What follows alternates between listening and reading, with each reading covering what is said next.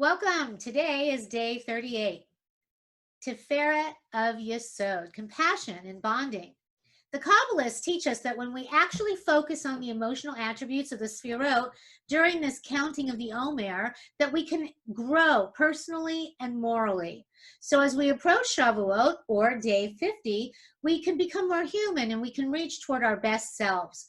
We are in the home run stretch. So with just a little over a week left, we need to step it up a little bit, intensify our attention to the attributes to manifest their energy in our lives and in our world.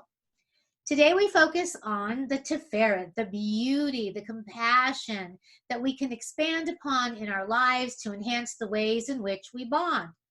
So ask yourself, how do you bond with others?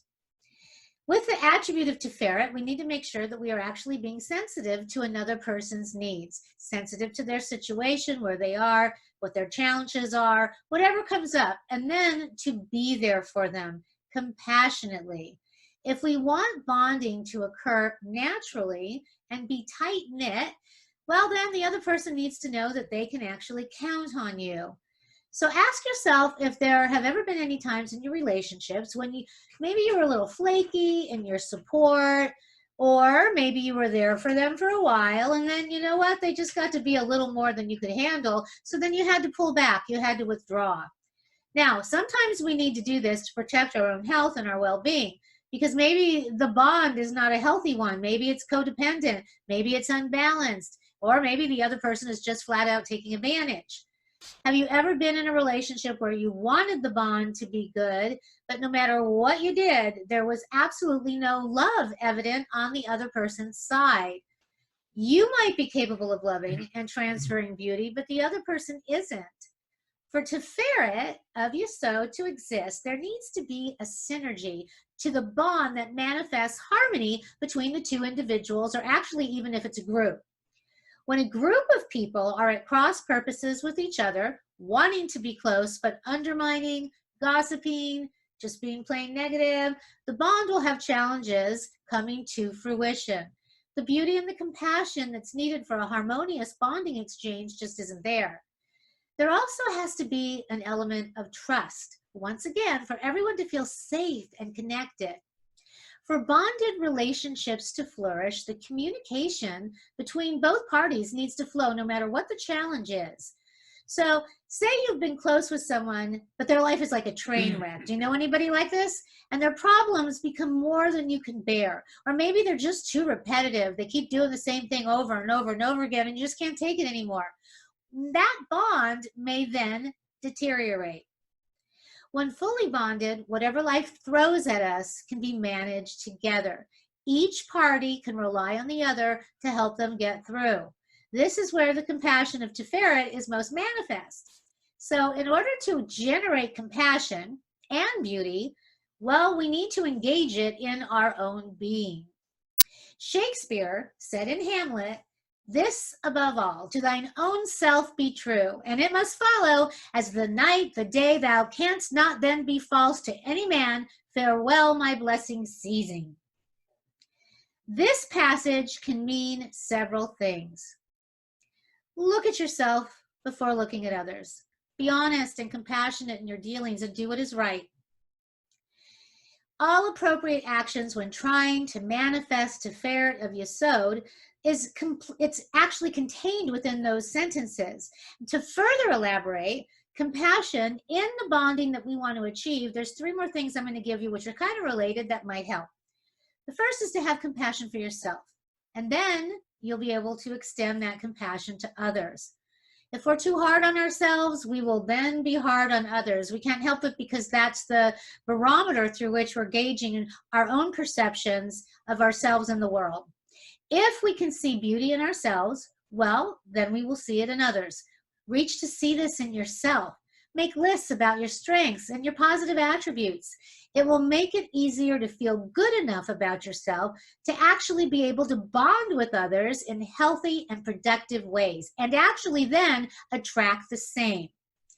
There's a saying, your outer beauty will capture the eyes, your inner beauty will capture the heart. We need to recognize and connect to the beauty within our own being. It will be easier to share with others when we actually feel more whole within ourselves. Ralph Waldo Emerson wrote, "Never lose an opportunity of seeing anything beautiful, for beauty is God's handwriting." So remember that we have divinity or godliness inside ourselves, however you want to look at it. We just need to reach inside to see it, cultivate it, and then share it. And so on that point, then we need to be self-aware. So we want, look at your own life, your hardships, your challenges, things that you've been able to overcome. Recognize that others are in the same boat. People are people. We may be at different stages and places in life, but we're all plagued with insecurities and obstacles to overcome. There's a saying, self-awareness doesn't stop you from making mistakes. It allows you to learn from them. That's what we need to do. Whatever we can garnish from our own path, looked at with compassion, can help others with theirs. And then we want to give. Be willing to give with a full and complete heart. Don't hold anything back. Give to yourself what you need, and then to others as well. When this exchange of energy happens, compassion and beauty will reflect the divinity that's inherent in all healthy relationships. Everyone benefits, including our world. Albert Schweitzer once said, "Until he extends his circle of compassion to include all living things, man will not himself find peace. The purpose of human life is to serve and to show compassion and the will to help others." We need to be able to give compassionately and completely. Our bonds will then reflect our beauty that we have within our own being, and we will all have peace. The beauty that is here for us to enjoy in the world is dependent on our ability to see it and engage it. It's sometimes challenging and not so easy. This is a hard task. We need to be able to reveal ourselves to each other and not feel shame or embarrassment. We need to be able to walk through life with a self-awareness that allows freedom of expression, a willingness to share our authentic self and what's in our heart. We need to reach in and find our authentic self and then let it flourish and blossom out and then share with others. We need to get rid of the negative tape that's running inside our heads so that beauty will flow freely from us.